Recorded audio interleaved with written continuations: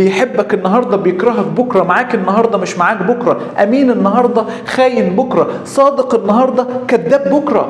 ما تدخلش علاقة لو انت حامي نفسك. وازاي بقى تحمي نفسك؟ عشان كتير بيقع في الموضوع ده وما بياخدش باله.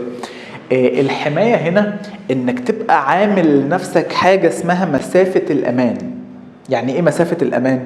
يعني معظم اي حد لما بيخش علاقة اول حاجة يروح يشعبط في الشخص اللي معاه، وكأنه ملاك نازل من السماء، وكأن ربنا ما خلقش منه غير القطعة دي، فيروح يشعبط فيه. انت اماني واطمئناني وانت اللي هتديني المشاعر.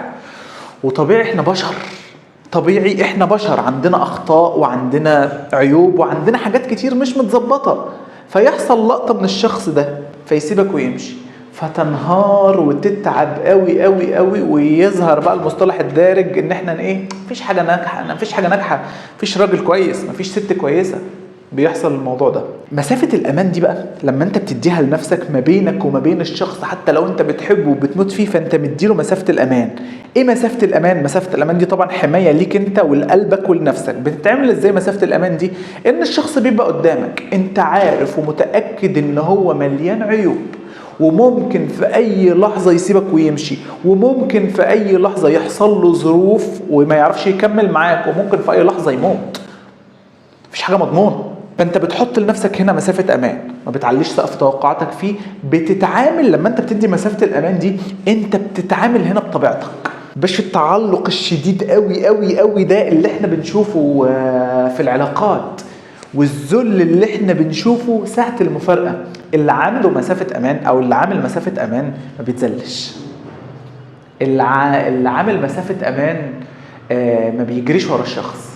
ليه؟ عشان عارف قيمة نفسه قوي، وعارف ان الشخص ممكن في اي لحظة يقول له مع السلامة، فهو بيقول له مع 60 سلامة.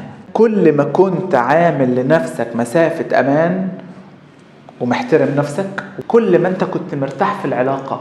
فهنا انت بتكون حامي نفسك. مش بيحصل احيانا تلاقي تفاجئ ان جوزها اتجوز عليها، فايه اللي يحصل لها؟ تنهار وتتعب. لكن لو مديه لنفسها مسافة الأمان وعارفة أن البشر أحوالهم متقلبة ومشاعرهم متقلبة وقلوبهم متقلبة وظروفهم متقلبة، بيحبك النهاردة بيكرهك بكرة، معاك النهاردة مش معاك بكرة، أمين النهاردة خاين بكرة، صادق النهاردة كذاب بكرة. لو الواحد مننا عنده العقلية دي وعايش بيها وحاطط مسافة الأمان، استحالة أنه يتعذب. استحالة لو حصل أي حاجة الشخص ده ينهار ويحصل له المشاكل والأزمات اللي احنا بنشوفها ويبقى بيفكر في الانتحار. استحالة يحصل الكلام ده كله. فهمت أقصد إيه؟ فما تدخلش علاقة بقى إلا وانت فاهم الكلام ده، سواء خطوبة أو جواز. لازم تكون فاهم الكلام ده كويس قوي وشربه. لو انتوا كأمهات حضراتكم كده، علموا لولادكم الكلام ده، علمي بنتك الكلام ده وعلمي ابنك الكلام ده. ليه؟ احنا اتربينا محدش قال لنا الكلام ده، فطلعنا على عمالنا نخبط، والدنيا تخبط فينا لما الشباب بقى تعبان نفسيا وهو لسه صغير. لكن لما حد يقول له المعلومة دي وانه يحط مسافة امان علشان يحمي نفسه، مش هيتضر من اي علاقة